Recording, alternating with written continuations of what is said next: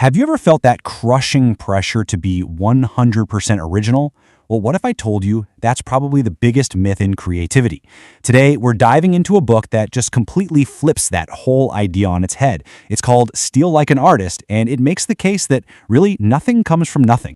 And hey, don't just take my word for it. Let's kick things off with a pretty bold statement from Picasso himself. Art is theft. Now, hold on, this isn't about plagiarizing someone's work. Not at all. It's about a much deeper truth, that all creative work, and I mean all of it, is built on what came before. So that begs the question, right? Where do your ideas actually come from? If you think they just pop out of thin air, you might be in for a surprise. So stick with me, because we're about to tear down this whole myth of the lone genius. And that brings us to our first big idea, the myth of originality. You see, the most important thing you can do is let go of this burden of trying to be completely original. It's totally paralyzing. Instead, it's time to embrace influence, not run away from it. Think of it like a genealogy of ideas. You know how you're a genetic remix of your parents and ancestors? Well, your ideas are a remix of your influences. It's that simple. You are the sum total of everything you choose to let into your life. So, your new job description? It's not to create something out of nothing. It's to become a curator, a collector of great ideas. Figure out what's worth stealing. Stop worrying if something is good or bad and just collect what speaks to you. And here's a great trick. Find one person you really admire, study them inside and out, and then find out who they studied. Just keep climbing that family tree of inspiration. Okay, so we've got the new mindset. But how does this actually help you find your own unique voice? Because let's be honest, when you're starting out, it's so easy to feel like a fraud, right? An imposter. But guess what? That is completely normal. You don't have to have it all figured out before you start. You don't need to have found yourself. Seriously. Your identity isn't something you need to have before you create. It's the result of creating. You figure out who you are by doing the work. And this next point is absolutely crucial. We're talking about good theft, which is copying to learn, not bad theft, which is plagiarism. Think of it this way. A mechanic takes an engine apart to see how it works. That's good theft. They're not just stealing the car and claiming they built it. You're learning the mechanics of greatness. And this is the real goal. You don't want to just look like your heroes. You want to see like them. The goal isn't to make a perfect copy of their style. It's to internalize their way of looking at the world, to really get the thinking behind their work. And here's where the magic happens. Your failure to be a perfect copy of your heroes is where you find yourself. It's true. In that little gap where you fall short of being a perfect imitation, that's where your own unique style is born. All right, mindset is shifted. Now let's get our hands dirty and talk about mastering your actual process.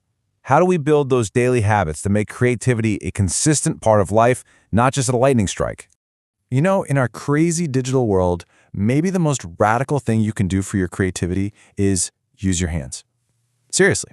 Computers are amazing for editing and publishing, but man, they can totally kill that messy, playful, generative process where all the good ideas are actually born. So, here's a practical tip. Try the two-desk method. Set up one workspace that's purely analog. No screens allowed. This is your playground.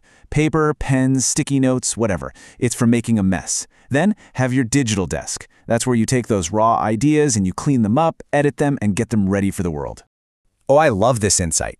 The stuff you do when you're putting off your real work, those little side projects, the things you mess around with just for fun, that is not a distraction. Pay attention to that, because that's often where the real magic is hiding. So, embrace what feels like procrastination. Keep a few different projects going at once so you can bounce between them. Let yourself be bored sometimes. That's when your brain starts making all these cool new connections. And definitely keep your hobbies. A hobby is something that just gives back to you, and it will feed your main work in ways you can't even predict. So you're doing the work, you're finding your voice. Now comes the part that feels, well, kind of scary, right? Putting it out there. So let's talk about how to do good work and, just as importantly, how to share it.